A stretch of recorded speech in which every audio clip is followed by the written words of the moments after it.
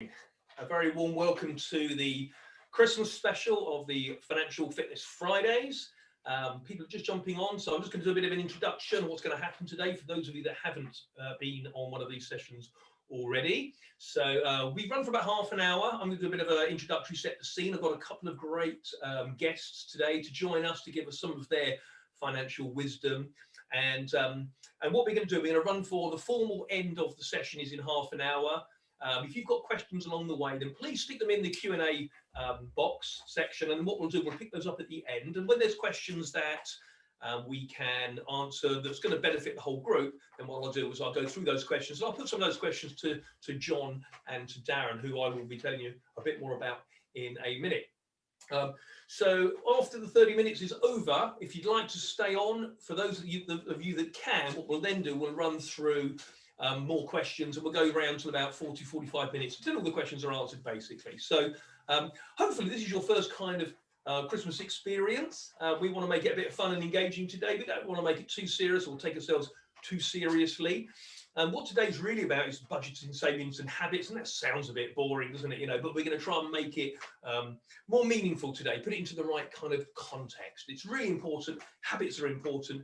Habits are such an important thing in our financial lives because habits, they lead to happiness. Okay, and if we've got good habits, that will make us happy. If we've got good habits, what it does, it helps us make good decisions going forward. So when something comes to us, when there's a problem or when there's a temptation, if we've got habitual ways of thinking, the good decision is already made in advance because of a habit.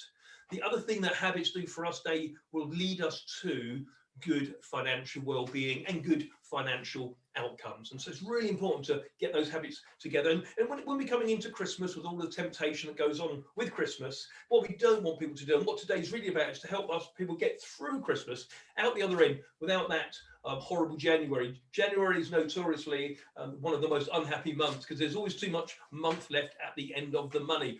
So what we're going to do today was going to focus on getting into some good habits so that will guide us through the whole thing. So this is the last one of this year. We're going to get going again, probably February next year. We'll do another 4-week session. But this is your last chance to get your financial fitness sweat on, okay, before you tuck into your mince pies and all the mulled wine. So I think what I'll do is, let's just talk about these habits then. So the key thing, how do you get into good habits? How do you get good habits? Well, what we have to do, we have to learn to focus on what it is that we want and not what it is that we fear. If you imagine that you're focusing on what you fear and what you don't want, what you do is you automatically bring into your life the things that help you achieve those things that you don't want.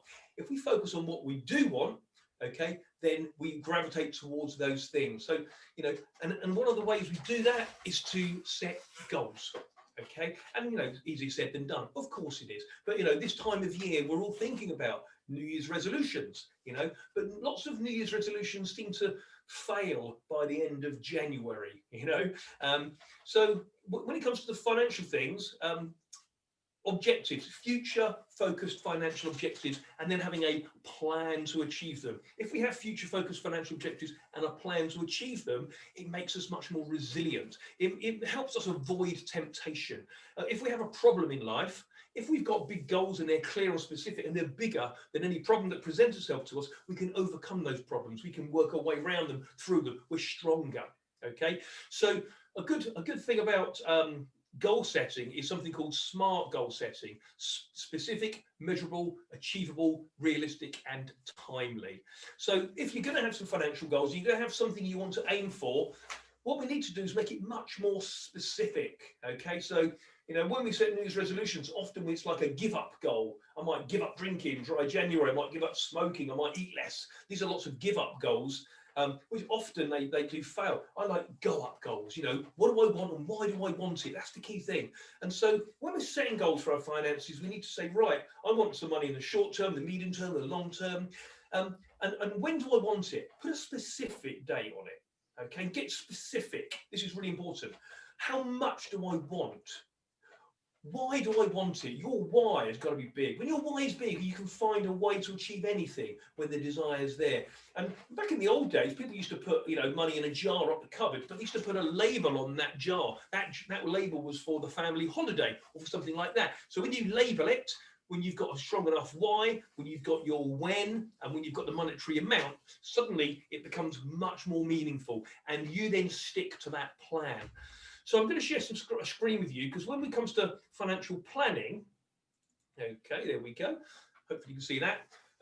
When it comes to financial planning, what we look at is the 3 buckets of financial planning. So what we have here is the short term, the medium term, and the long term.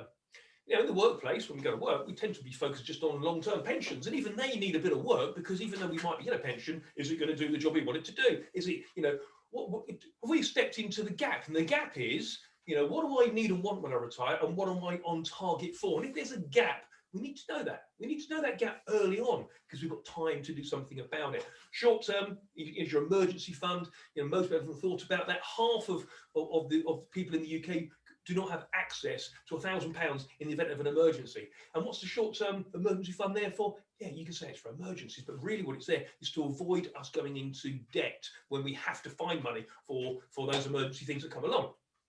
Medium term is where we get in the money invested for the medium term, maybe 5 years plus, okay, but we're getting the money to do some of the work. Most people use an ISA here, and in a minute I'm going to share with you the most common mistake made by people when they have an ISA. So that will come in a couple of seconds. So what used to happen back in the old days, when I started out in this industry 31 years ago, there was the man from the Prudential, okay, or the lady from the Provident. My grandma was one. And what they used to do, they used to go out and they used to persuade people to save money. Because at the end of the day, financial well-being is 80% of its psychology. It's in our mind, it's our head, it's our thinking, it's our mindset, it's our relationship with money. And what they did, those people, they were very good at persuading people to save money into these savings plans. However, the savings plans weren't very good, and they got outlawed and they got thrown out, but also the good habits got thrown out as well. So those people that are out persuading us, they kind of disappeared as well. And the finance industry started to focus its attention elsewhere, and it looked to credit, and it started to market credit cards. So there's a little character there. It was a flexible friend. I'm sure most of you on here are too young to remember this advert, but it was trying to normalize credit and credit cards. Credit cards are like, when you've got lots of credit cards, it's like driving the car of life with a handbrake on a little bit. In fact, talking about credit cards, my wife, actually, she was out Christmas shopping last year and she had her credit card stolen. And she went Christmas shopping again this year, and she said, did you get my credit card sorted out? I haven't got a credit card. And I said, no, I haven't yet. She said, have you not told the bank? I said, no, I haven't told the bank yet. She said, why not? I said, well, because the robber that stole it's been spending less money than you did. So credit is not a great thing. We don't want to go there. And what it leads to is when we get desperate, go to those payday lenders, and we end up paying thousands of a percent. We don't want to go there. But in more modern times, where we've ended up with is here, and this is social media targeted adverts. And just being aware of this is so crucial, because what they do, they know what we're Googling, they know what content we're looking at on your social media platforms, and they put us into an audience. So they know that there's a degree of interest in a particular subject. And so then what they do, they bombard us with adverts, and they build desire to create an impulse. And I said that 80% of financial well-being is psychology. Well, they use this psychology in reverse against us. And what they do, they then bombard us and bombard us until we get to that urge. We have that impulse to buy. And it's just being aware of that, because what they then do, they then make it very easy to actually transact, i.e. buy it now, Amazon delivery. I mean, I bought something from Amazon on Wednesday night at about 7 o'clock. And it arrived the next morning. I mean, it's outrageous. But that's how easy they make it. The same goes with credit. It's easier to go and get credit than it is to get an investment nowadays. Absolutely crazy. So just being aware of that. And if you get the temptation over Christmas because you're spending a bit more time looking at Amazon or on your social media platforms, and you feel the urge, I'd just say to people, look, don't buy it now. Why don't we just add it to cart and then see how we feel tomorrow, see if that urge is still there. Ideally, we want to be doing budget planning, and we're going to talk a bit more about this in a moment when the guests come along. But the key thing is taking control. If we have a budget planner, we take control. And one of the things I love about a budget planner is it can be a painful exercise, because when we start to see our own finances and we don't like the look of it, that's good. That's a good stress, because what it does, it makes us change our habits and change our behaviors. You get to a point where you say, I don't like what I'm seeing, I want to change it. And we want to get those behaviors into habits. And how do we do that? Well, it's a psychological journey. What we do is we get that trigger. There's an emotional moment. We decide something's got to change. Okay, so then we change the behaviors. We might start saving more and cutting back and organising ourselves. And then we start to see some positive progress.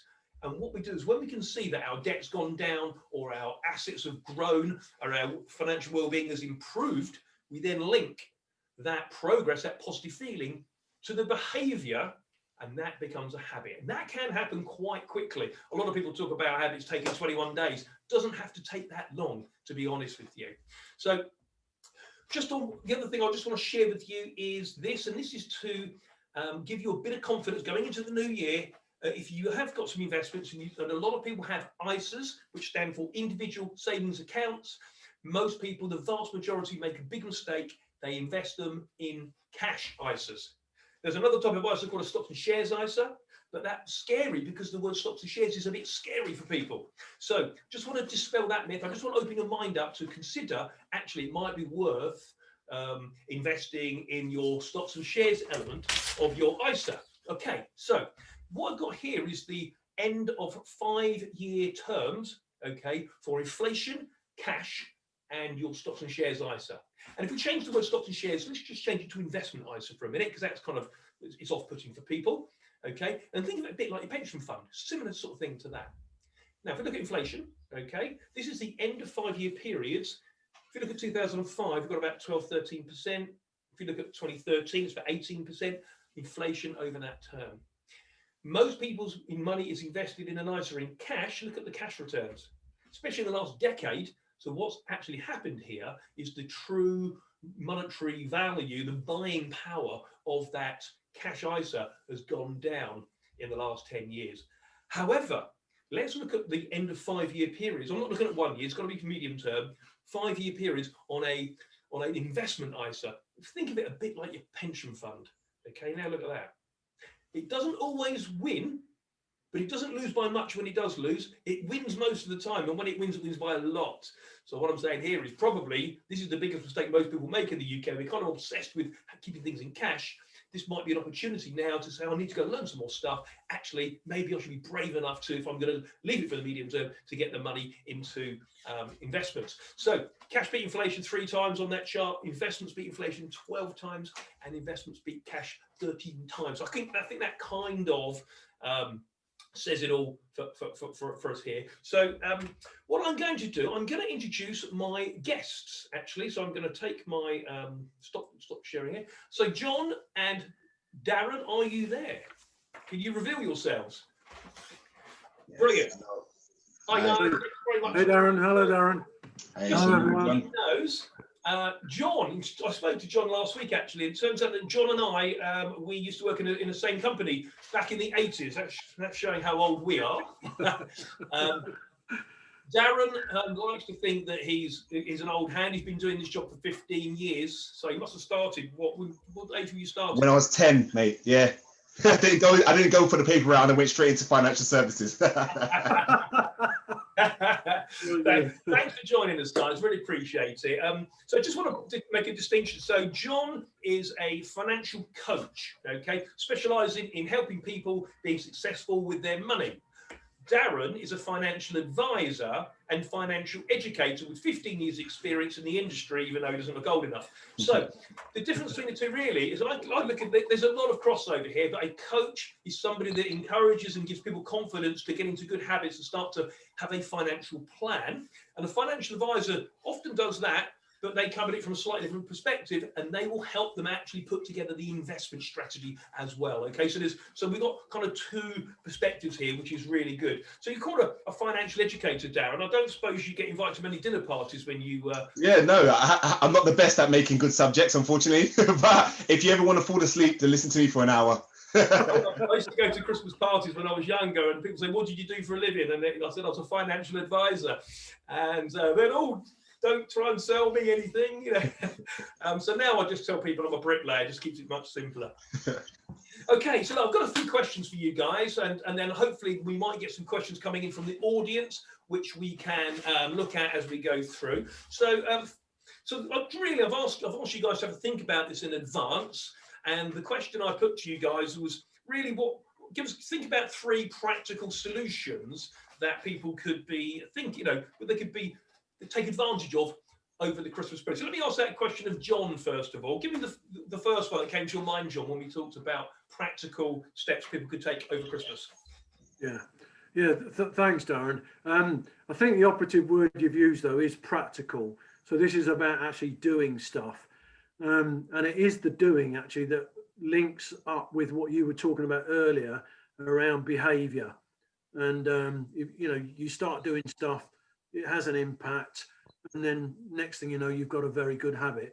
So for me, what would be at the top of the list, it's really, again, connected with what you're talking about, it's really about awareness. And the one thing I would do is take stock of my finances now. So just, you can't manage what you can't measure. So we're coming into Christmas. What's your money situation at the moment? Have a look at that. And then even maybe from that, take a look at deciding on a figure that you're going to try and stick to. Again, linking up with what you're talking about, Darren, which is absolutely right. Have a plan, have a goal, and link that with why. What will be the results and outcomes of choosing a figure that you're going to think, no, that's the amount of money I'm going to spend over Christmas. And then just see how that works out. Now, if you've never done it before, even if you fail, it's a great thing to do as a first starter. It's definitely a first step, and sometimes it's the first step. I mean, there's a book I read about exercise, and it says it doesn't start getting you out on the street running straight away. It starts with getting you in your running gear. You don't even do anything. Just that first step, getting in the running gear, and then and then go for a walk, and then slowly build up to a run. And what it does, people actually accelerate much quicker than that. But it's just getting some forward momentum. Yeah, brilliant. And it's just about baby steps. It doesn't have to be massive. Just literally set your goals and what's the first baby step I can take towards that. And then very often that'll just trigger you and you'll get momentum. Brilliant. And Darren, so again, what's the first thing that came to your mind when I said, what practical solutions do you have for people over Christmas? We want to avoid this miserable January, don't we? So what practical ideas and solutions have you got? What's the first one that came up? Well, the first one from my perspective is, you mentioned it earlier on, you did touch on it, is about budgeting. Budgeting is really, really key. I can't stress to enough, until we're honest with ourselves about our spending, you won't change that behavior. So the first thing to do is to be brutally honest with yourself, make a note, whether it be pen and paper, Excel spreadsheet, there's loads of other options available. Find something convenient for you, but write it down. Be honest. What am I spending? The little, the membership to the gym that you haven't been to for 9 months, for example, that's another one. Cancel that, put that money somewhere else and make it work for you. So it's just about being brutally honest. Once you are honest, you'll be so surprised how quickly you start to change your mindset. And again, as you mentioned earlier on, Darren, mindset is key here. The more control you have over your money, the better you feel, the less stressed and the more prepared you are going forward. That's so important because, financial well-being really dovetails with the other elements of well-being, like physical and like mental health and emotional well-being. And, when we feel stressed, it literally comes from feeling out of control. So if we can feel in control of most things financial most of the time, then we're going to keep that stress level, under wraps. We're going to keep it manageable. It's that daily stress which grinds us down. It's that daily stress which would affect the way we think and affect our physical well-being. And if you've got financial worries, it's very difficult to even imagine going down to the gym if you're stressed out about money every day. So okay, let's go back to John. So what was the second practical solution for people over Christmas you came up with, John? Again, it's linked with mindset and awareness, really. And it's really sort of a question that I'd get the audience to ask themselves. So you're coming up to Christmas. Your biggest indicators and your biggest teachers are what's going on in your mind and what your feelings are. Are you anxious? Are you stressed? Are you apprehensive? And what I mean by that then is the question that you might want to ask yourself is, am I consuming what's going on or am I savouring it? And what I mean by that then is really, again, it nicely touches in what you were talking about, Darren, around the way we are programmed, we're conditioned to sort of get buying stuff and so on. Whereas that question, well, am I consuming or am I savouring? It's more about them becoming present and just taking your time and being a bit slower. And it was a perfect example you used, Darren, that temptation where you might just think, yeah, I'm going to buy that, or yeah, we'll do this and we'll do that, rather than actually physically complete that transaction. Just hold off and just leave it another day and then think, yeah, could I have done that? Is there a better way of doing it? Is there a cheaper option? Or do I really need that? That would be, it's the self-awareness, consuming versus savouring. Yes, I think it's really being aware, being conscious of those things. It's a bit like you've got to get it on your radar. I mean, I'm obviously, those people that know me, you know, I've got a psychological background as well as financial, and there is something in our brain called the reticular activating system, which filters out anything we don't need to be aware of at any moment in time. Otherwise, our brain will be bombarded with messages through our nervous system. So, for example, you know, until I mention it, you're not conscious of the sensation of the clothing on your skin. But now I've just said it, you are. Okay, so also, if you buy a new car, okay, and you go out onto the street in it, you suddenly notice lots more of them than you noticed before. And what that is your reticular activating system used to filter these things, you didn't see them. So what we've got to do is get these things to the forefront of our mind, make it a habitual way of thinking, so that as soon as that temptation comes, we're consciously aware. Got to get it from the unconscious to the conscious, and we can push that there, and then that will serve us going forward. That will help us make those better decisions. So Darren, over to you, mate. So what was the second thing that sprung to your mind when it comes to practical solutions over Christmas? Well, just following on from what you just touched on and what John touched on just now about learning to say no. It's very, very difficult. Now, it is as simple as it says, learn to say no to yourself and others. Around Christmas, especially after the 2020 we've all gone through, it's very tempting to overspend, overcommit, and overindulge in activities as overeating, overspending, as we just mentioned. So by learning to say no to yourself and to others, actually you can be quite disciplined and save some money. Don't feel like you're not doing the best for others. Actually, you're doing better for others by putting yourself in a much more comfortable position financially, and ultimately avoiding that January blues that we all feel once we've overspent and overindulged over our Christmas, as trying to get the waistline down as well as trying to get the wallet back up again. So it's really, really key that we say no to overeating, say no to overspending, spend quality time with loved ones. Again, about that savoring mindset. Enjoy it. It doesn't have to be expensive. Make some gifts if it makes it easier for you, make it fun, but don't have to overspend. Just remember that. Thank you very much. So something you said there, it's quite powerful, and it's almost, I think your message is almost like, look after yourself and then you'll be around to look after others. You know, a bit like that old analogy with an aeroplane, when the oxygen masks drop down, they always say, put yours on first and then attend to your children. You know, because you could suffocate while you're trying to fix them. So brilliant. Okay, thanks very much. Back to you then, John. What was your third practical solution for people to consider over Christmas?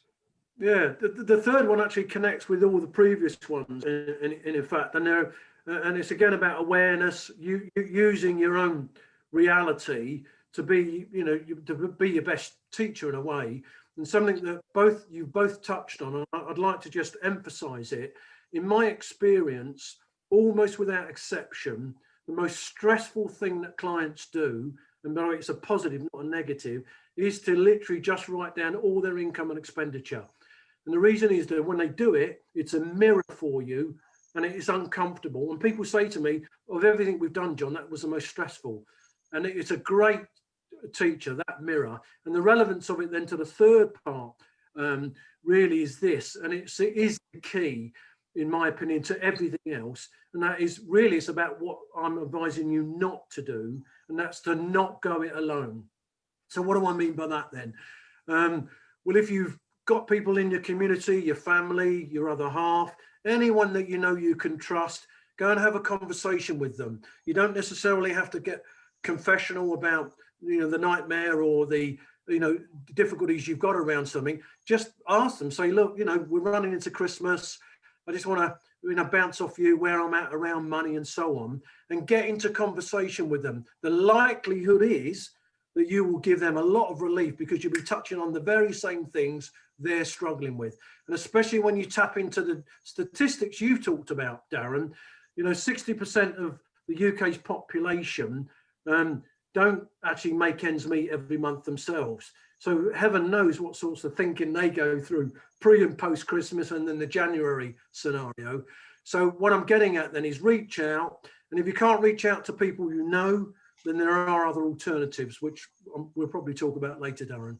Yes, I think your message there really is, don't try it, don't go it alone. Don't get some kind of accountability. And not everybody can afford to engage in full financial advice. We know that. That's absolutely fair. But lots of people can find affordable coaching solutions. I mean, most top athletes have a coach, for goodness sake. Yeah. And even sometimes them coaches aren't always as fit and as strong as them in the particular sport they might excel at, but they certainly are there to help their psychology.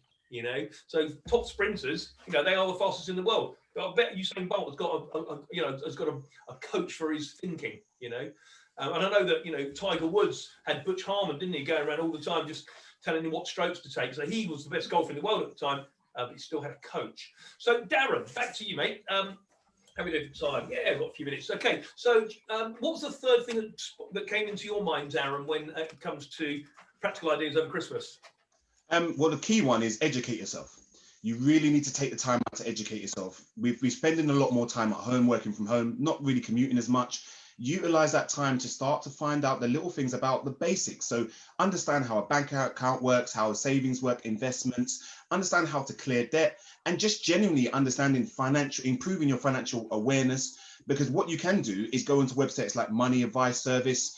You go to the Money Supermarket Expert, and Martin Lewis's website. Again, really hyperactive person, but you know what, he's been an absolute lifeline to many households, teaching us to start to look at our outgoings, our income, and actually start to budget and also compare.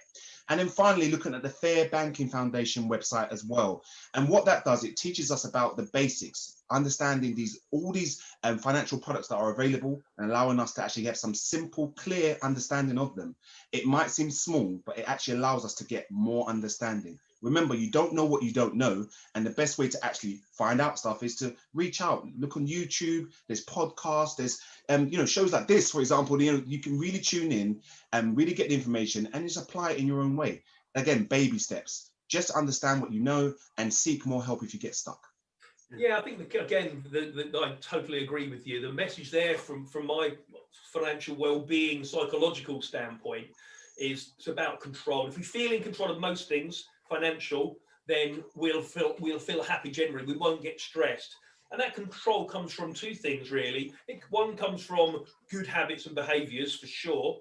And secondly, it comes from confidence through knowledge. And it's knowing, having more information. Those people with ISAs lack information and leaving it in cash. When they expand their knowledge, their wealth expands too. So that confidence, that control comes from knowledge and comes from habits and behaviors. That's absolutely brilliant. So look, now we are getting to the end of the formal half an hour. We've got quite a few notes coming, questions and stuff like that. So what I'm going to do, just to keep our regulator happy, I'm going to go back to sharing screen.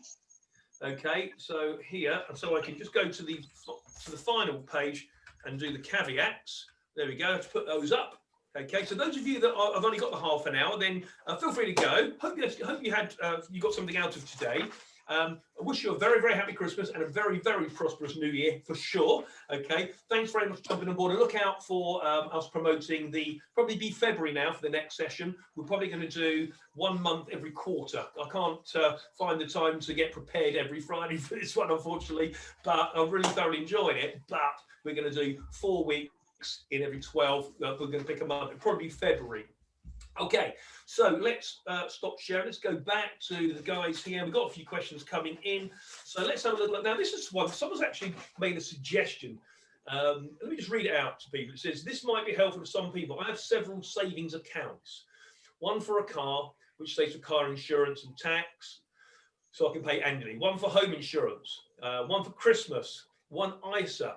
Now, this is absolutely fantastic plan. I actually did some training on this in the spring. And what I did is I had a picture up on the thing, and you've got your little jars, and you put your label on them. You put your targeted amount, your when, your why, and then you put the label on it, what's it there for?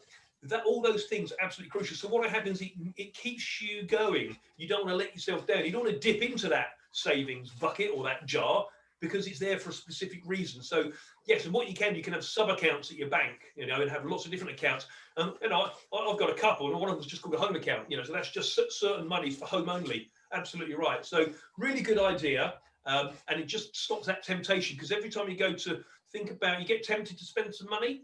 You look at the jar; it's got a label on it. It's for a reason. It just makes you think twice at that crucial moment. Really powerful. So thank you for that. Someone called Hannah put that suggestion there. Right, let's have a little look what we got here. Some other questions. Someone's had to leave early, said they're sorry, really enjoyed it. See you next year. Okay, no problem. Right, what else we got here? Here's a question. So, is there an ISA account that has different pots all in one account, so you can still benefit from whatever savings rate is on offer? Darren, can you answer that one or not? Well, those are the ISAs available. Depends on what you're looking for. If you're looking for savings, you can typically only have one ISA per tax year. So you couldn't have one ISA with loads of different pots underneath it. However, what you could have is an investments ISA with different sort of funds going on underneath, as high risk, medium risk, and low risk. So in that terms, you can, but in general, you'd have one cash ISA and potentially one investment ISA, staying within that £20,000 per year limit.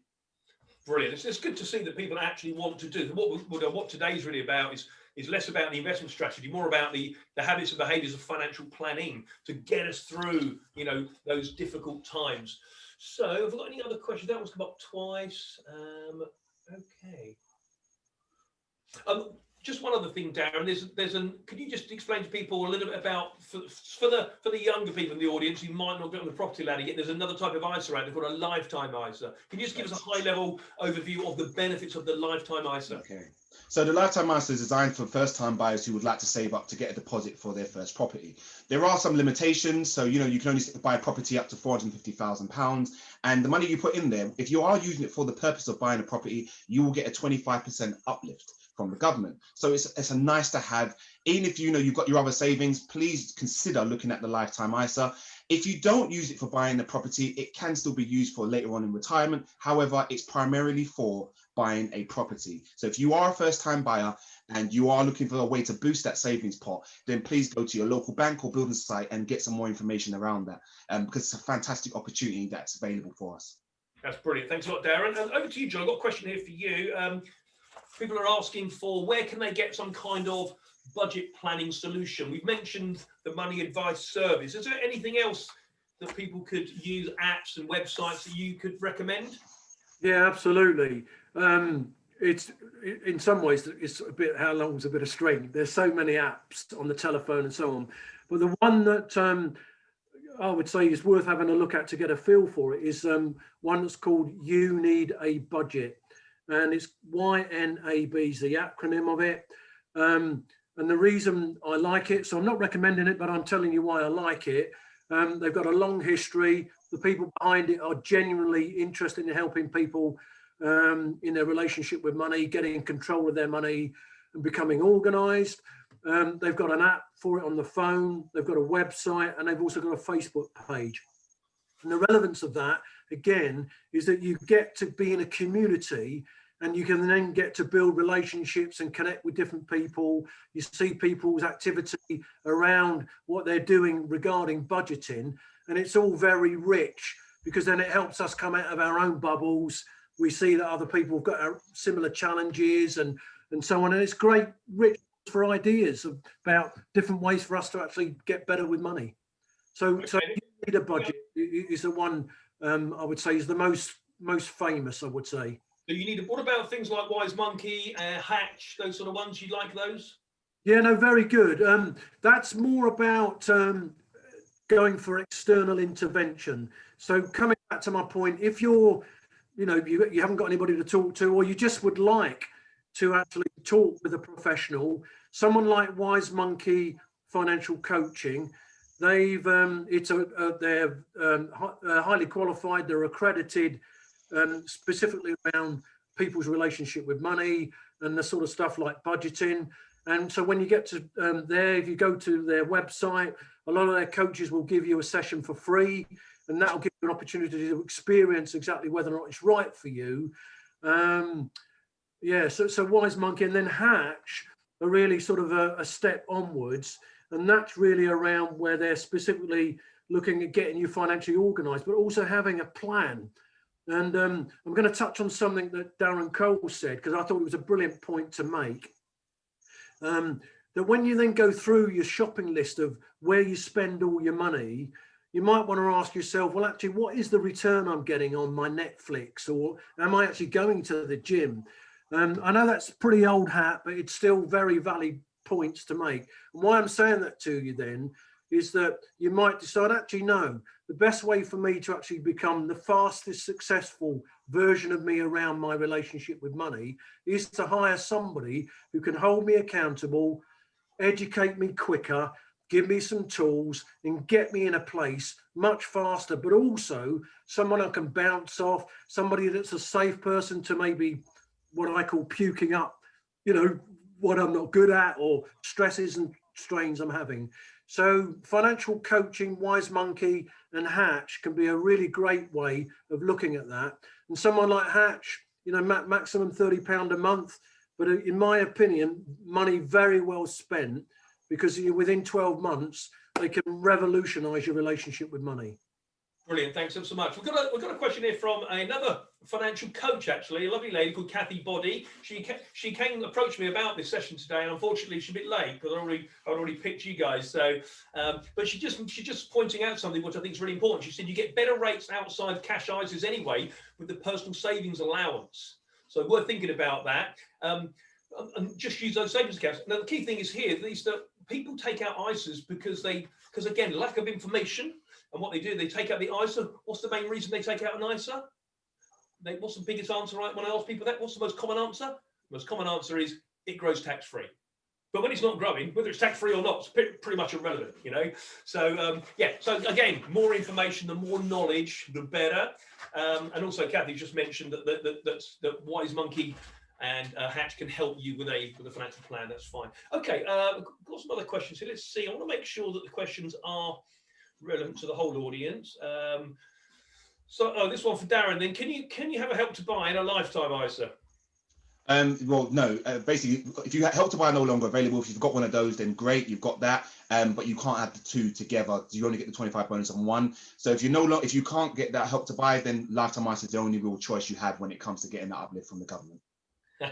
Thank you very much. I've got an anonymous question here, but they want to know what your savings strategies look like, guys. So I'm not going to ask you to tell them that, but what I think we might do, questions like that will come back individually. So maybe I'll get Darren to pick that one up. He wants to know, without getting specific or revealing personal information, what choices have they made or variations of accounts do they hold, which they have in first-hand benefited from over the last 5-10 years and ignore the COVID impact. So that's something I'd probably get Darren to pick up on. Let's have a look. What else we've got? There's lots of thank yous and stuff, but doesn't look like there are questions. Okay, well, I think the message has come across loud and clear. I think today was about good habits, behaviours, being in control. Be good for your well-being, not just your financial well-being, but your overall well-being. Having goals which are bigger than the obstacles that life presents us with is really good for our own well-being and resilience, so we can cope with those things. It's a really healthy place. It means we focus on what we want. That's really good for our mental health, because when we focus on what we want, then what happens is that reticular activating system that I mentioned earlier, where you see your car out on the road because you've got one. Suddenly you notice these things. Well, when you have goals, you suddenly notice people, situations, and things that help you achieve some of those goals. So there's that film called The Secret, and the message in that story is, you've got to focus on what it is you want, and suddenly you notice you open up your mind to the things that can help you get there. So I think that's the key thing. Don't go mad over Christmas. Be careful. Learn to say no. Some really great lessons, good practical steps. I want to say thank you very much to John and Darren. Now, this is not a marketing exercise for us. We do not promote our services. We do not sell any products or anything like that. But John has been very kind to help us today. So if anybody wanted to find you, John, where would they find you? Money Flow Mastery is .co.uk. Okay, brilliant. Moneyflowmastery.co.uk. festive.co.uk. So again, this is, I'm being a bit cheeky there, but I just want to say thanks to John. If anybody out there really wanted to find him genuinely and to make it easy for them, but look, have a great Christmas, everybody. Get those goals sorted out for New Year, New Year's resolutions. Go get some go up goals, not some give up goals. Much more exciting.